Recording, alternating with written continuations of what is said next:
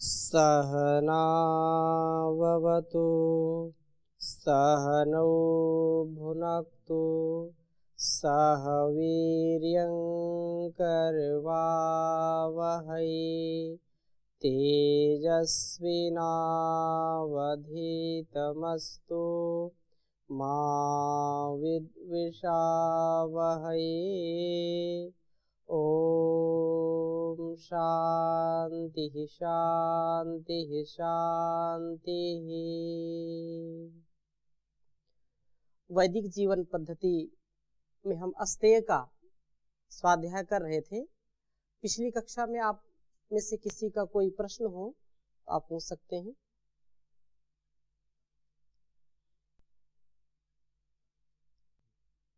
ओम स्वामी जी प्रणाम जी।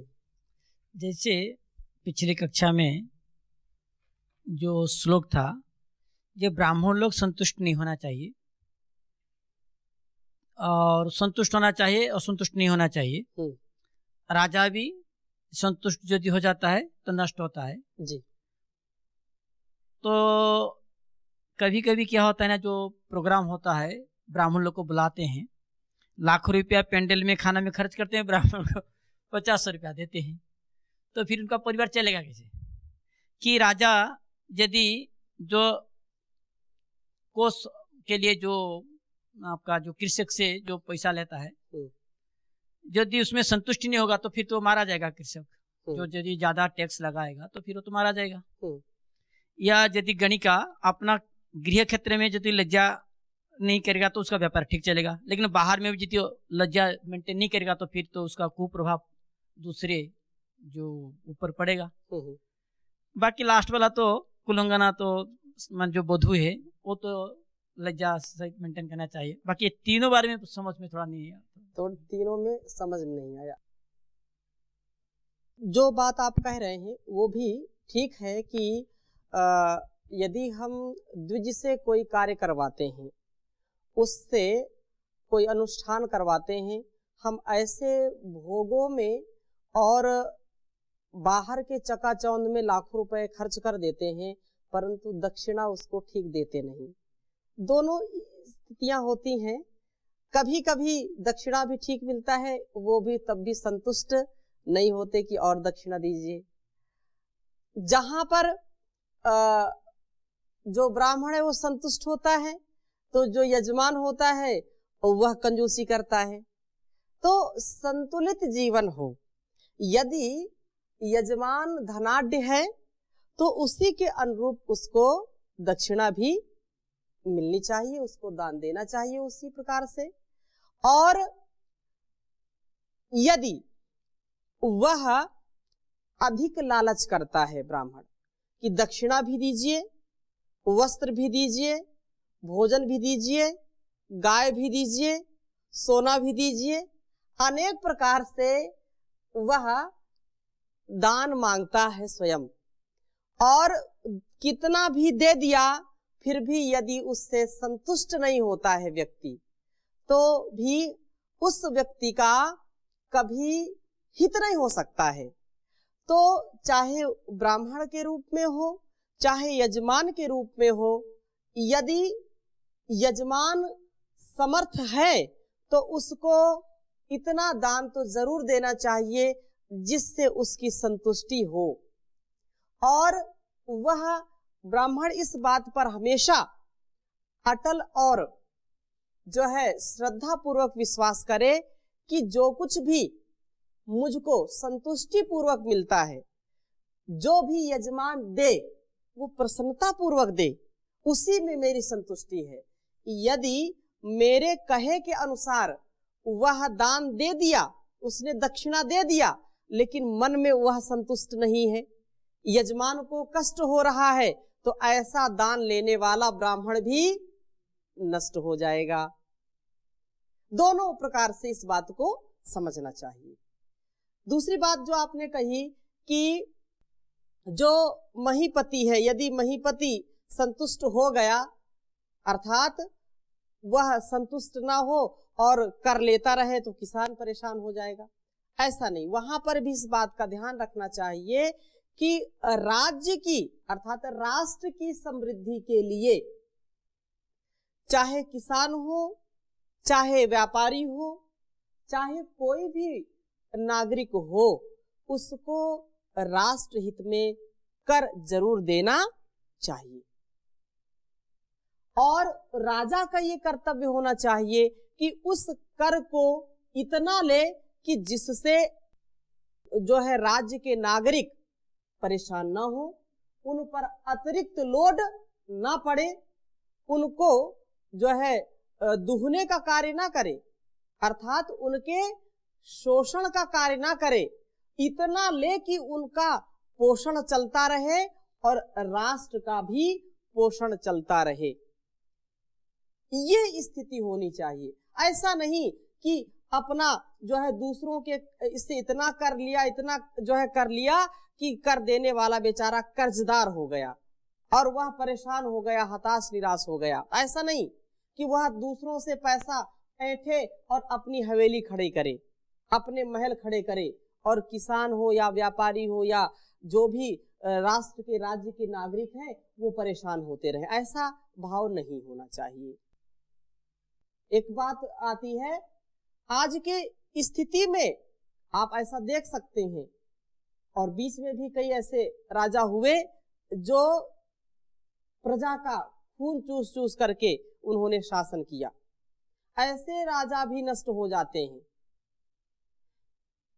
भवन बन रहे हैं, गबन हो रहा है, ये उत्थान है या पतन हो रहा है। वह शिक्षा गई जो बनाती थी मानव, वह शिक्षा गई जो बनाती थी मानव, उस शिक्षा का पाठन पठन हो रहा है, ये उत्थान है या पतन हो रहा है।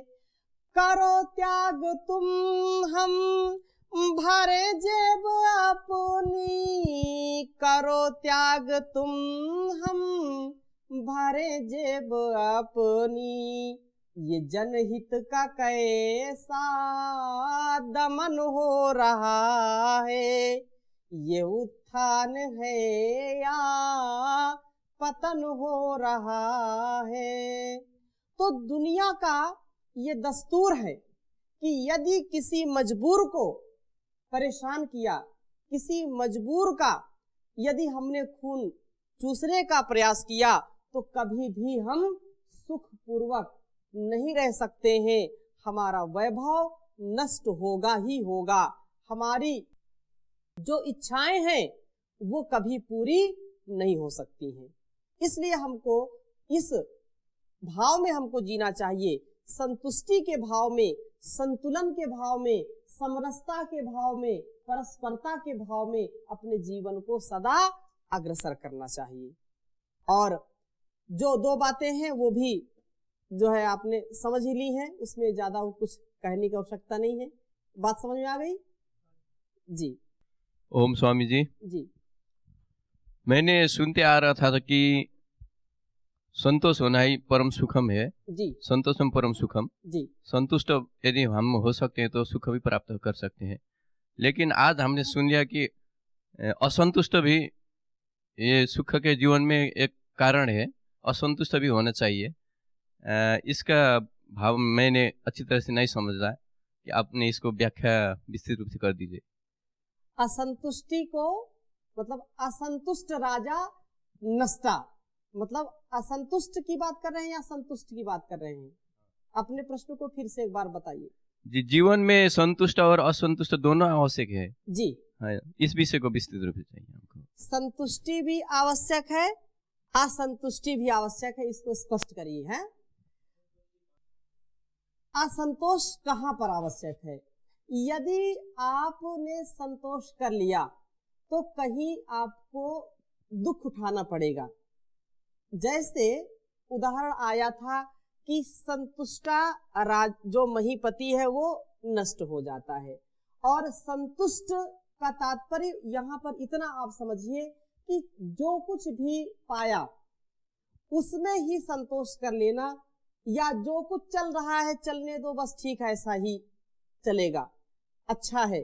तो वह धीरे धीरे, क्योंकि राष्ट्र की रक्षा, राष्ट्र की समृद्धि, राष्ट्र का जो उत्थान है वो पुरुषार्थ में है, वो क्रियाशीलता में है, वो नए नए आविष्कार कराने में है, नए नए उद्योग लगाने में है, नए नए ज्ञान को प्राप्त करने में ही हमारा उत्थान होता है। और जितना जान लिया उसी में बस संतुष्ट हो गए, तो फिर नया ज्ञान कहाँ से आएगा?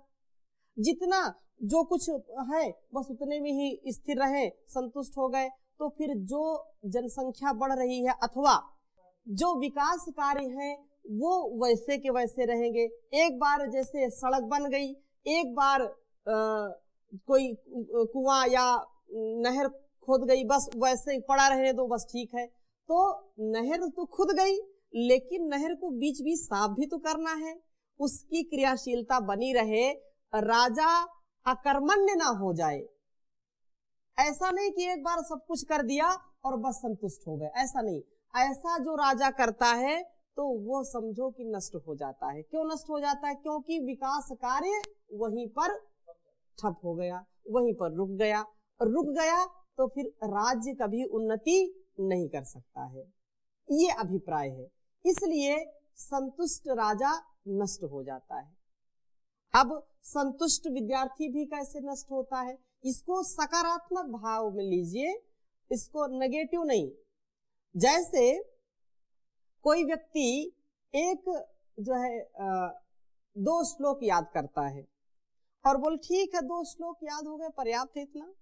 अब 2 श्लोक याद कर रहा है, वो चाहे तो 10 श्लोक भी याद कर सकता है, रोज कर सकता है। कभी जब आरंभ किया तो 1 श्लोक या 1 मंत्र याद करने में उसको बड़ी परेशानी हुई, 1 सूत्र याद करने में उसको बड़ी परेशानी हुई, लेकिन जब उसने अभ्यास किया तो 1 नहीं, उसने 100 सूत्र याद कर लिए। अगर वो केवल 1 से ही संतुष्ट हो जाता तो 100 सूत्र कैसे याद कर पाता? जो सामर्थ्य है वो बढ़ता रहता है, और जितना सामर्थ्य हमने अर्जित कर लिया है केवल उतने में ही कहे ठीक है, जो हो रहा ठीक हो रहा है, ऐसा संतुष्ट होना भी हानिकारक है।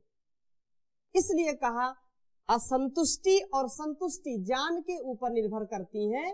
संतुष्ट हमको पूरा पुरुषार्थ करें, पूरा पुरुषार्थ करने के बाद जितना भी मिले उसमें संतुष्ट रहना चाहिए।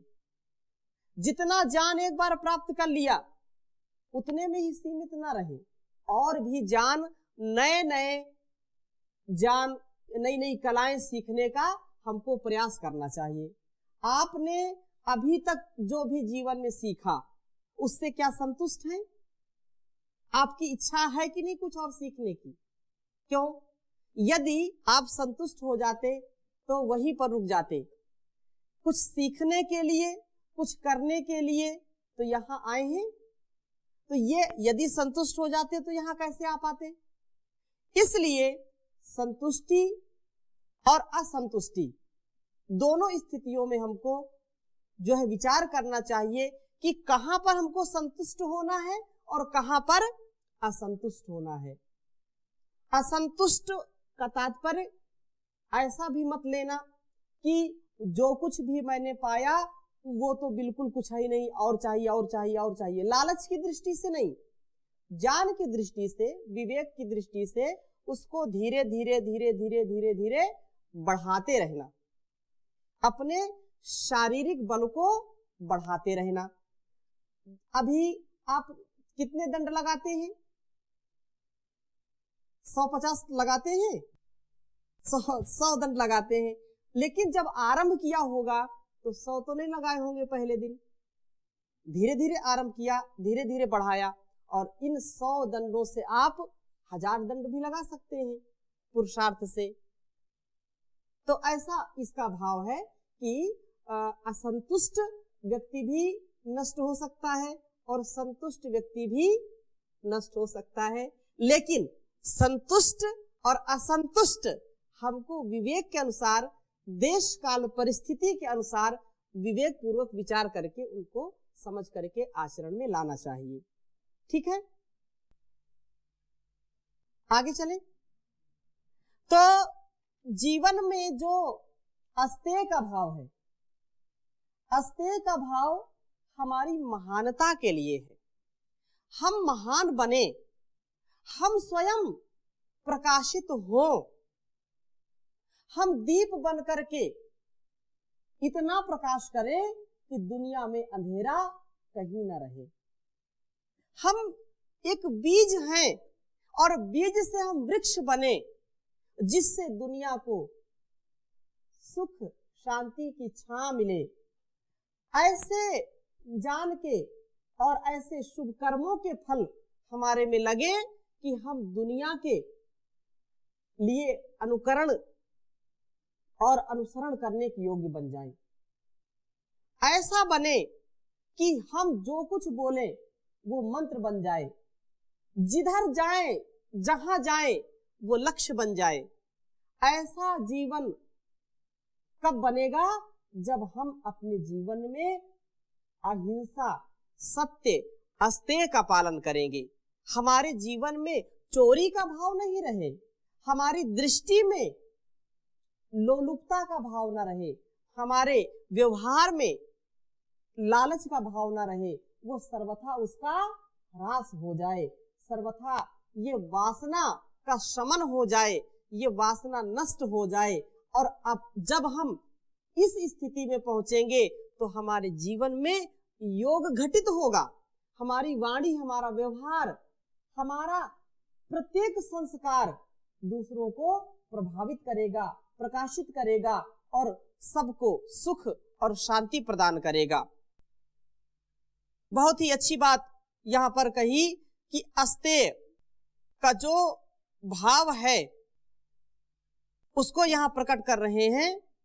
अस्तेय जब प्रतिष्ठित होता है तो महर्षि पतंजलि कहते हैं अस्तेय प्रतिष्ठायाम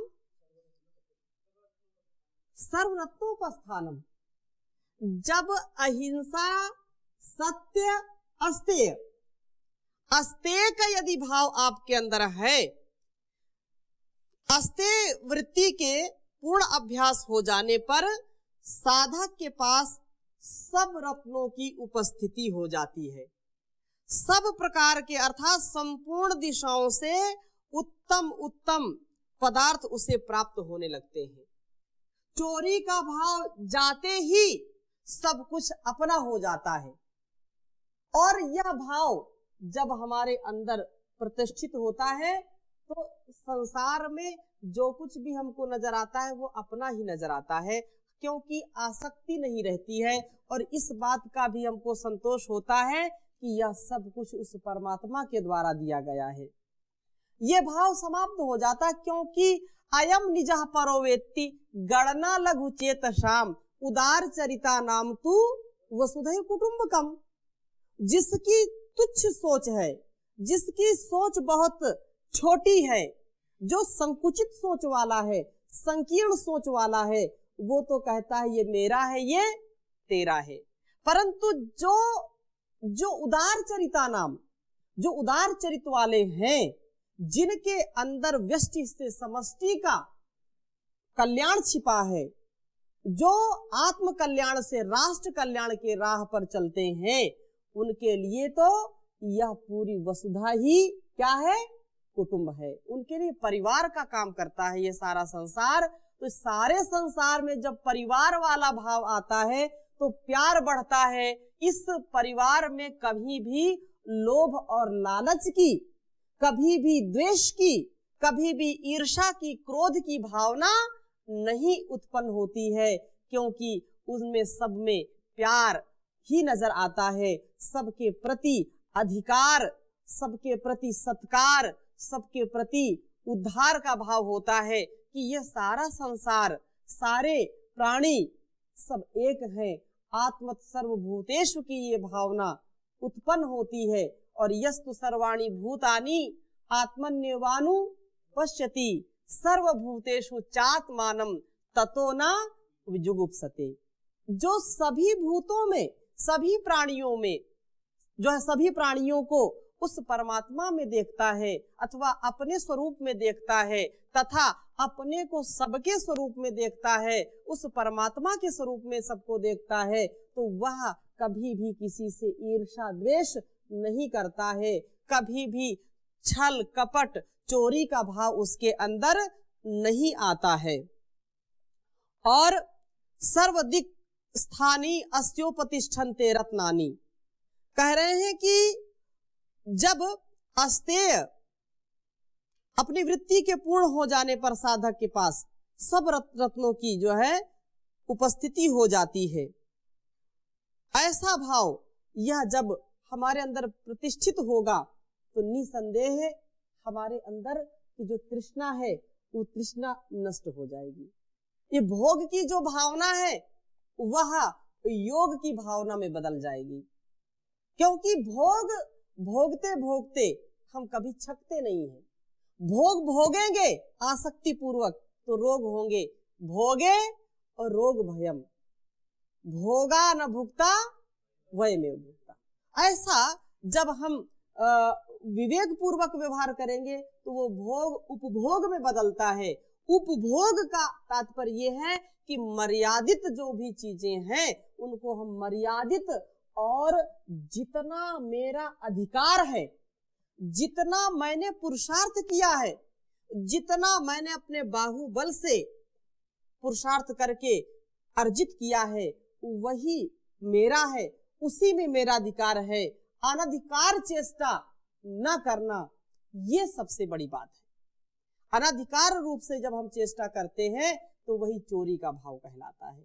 तो चोरी का भाव हमसे दूर रहे, हम सदा प्रकाश में रहे, ऐसा जब जिएंगे तभी हमारे जीवन का कल्याण होगा।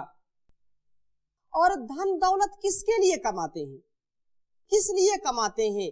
धन दौलत तो एक साधन है, साध्य नहीं है, परंतु लालच में व्यक्ति उस साधन को साध्य समझ बैठता है और दूसरों के लिए वह पाप से धन कमाता है, पाप युक्त आचरण करता है, जिससे उसका स्वयं का स्वभाव नष्ट होता है, स्वयं के स्वभाव में गिरावट आती है, तथा वह इस जन्म को भी रसातल की ओर ले जाता है और आगे वाले जन्म को भी रसातल की ओर ले जाता है। यदि हम अपने जीवन को पवित्रता से जीना चाहते हैं, यदि अपने जीवन को दिव्यता से जीना चाहते हैं, तो ऋषियों के द्वारा बताए गए मार्ग में अपने को निर्भ्रांत होकर के प्रतिष्ठित करें। अग्नि नए सुपथाराय, हम बार बार प्रार्थना करते हैं कि हे अग्नि, हे प्रकाशक, हे सर्व संसार के प्रकाश देने वाले परमात्मा, आप हमको किस मार्ग से ले चलें? सुपथ से। तो सुपथ से ले चलेंगे, कुपथ से, कुपंथ से, कुमार्ग से नहीं ले चले, क्योंकि हमारा जीवन सुपथ में ही पवित्रता युक्त जी सकते हैं, पवित्रता युक्त रह सकता है। अतः यह जो प्रार्थनाएं हम करते हैं वो हमारे स्वभाव में घटित हो, हमारे जीवन में घटित हो, तब इसका परिष्कार होगा, तब यह जीवन का उद्धार होगा। इस जीवन की अंतिम जो मांग है वो तो यही है कि हम इन सब दुरितों से, इन सब दुर्गुणों से मुक्त हो जाएं, इनसे पार हो जाएं, अपने जीवन का जो सार है वह ईश्वर के प्यार में उसको बदल दें। ऐसा भाव जब हमारे अंदर आता है तो अपने आप वो सारी चीजें चली जाती हैं। लेकिन जब हम व्यक्ति को महत्व ज्यादा देते हैं, अपने मूल्यों को जब महत्व नहीं देते हैं, व्यक्ति को, वस्तु को, स्थान को जब महत्व देते हैं, तो यह भाव उत्पन्न होता है कि छल से, बल से, कपट से, किसी भी कारण या किसी भी उद्देश्य से, किसी भी प्रकार से इसको संतुष्ट करना है, इस व्यक्ति को पाना है, इस व्यक्ति या इस वस्तु को पाना है। ऐसा जब भाव आएगा तो फिर कहाँ मैं अपने आप इस सुपथ पर चल पाऊंगा, नहीं चल सकता हूं। अतः चाहे कुछ भी हो जाए, अपने संकल्पों में कभी भी विकल्प ना रखें। अपने विचार में ऐसे विचारों को न आने दें जो आपके मन मस्तिष्क को बीमार कर दें। ऐसे विचारों को स्थान न दें जो आपके जान को शमशान की ओर ले जाएं। आपके जान के आधान को महान बनाना है। आपके जान के आधान से आपका जीवन महान बने, ऐसा उद्देश्य, ऐसी पवित्रता, ऐसा जो संकल्प है वह ऋषियों के संकल्प से ही पूरा होगा। अर्थात उनके द्वारा बताए गए मार्ग में हम अपने आप को जब आरूढ़ करेंगे तो ही यह जीवन बहुत ही पवित्र और बहुत ही अच्छा बन पाएगा। हमेशा याद रखें, जिनके लिए हम पाप करेंगे, जिनके लिए हम छल करेंगे, जिनके लिए कपट करेंगे, वे हमारे करनी में कभी भी साथ देने वाले नहीं।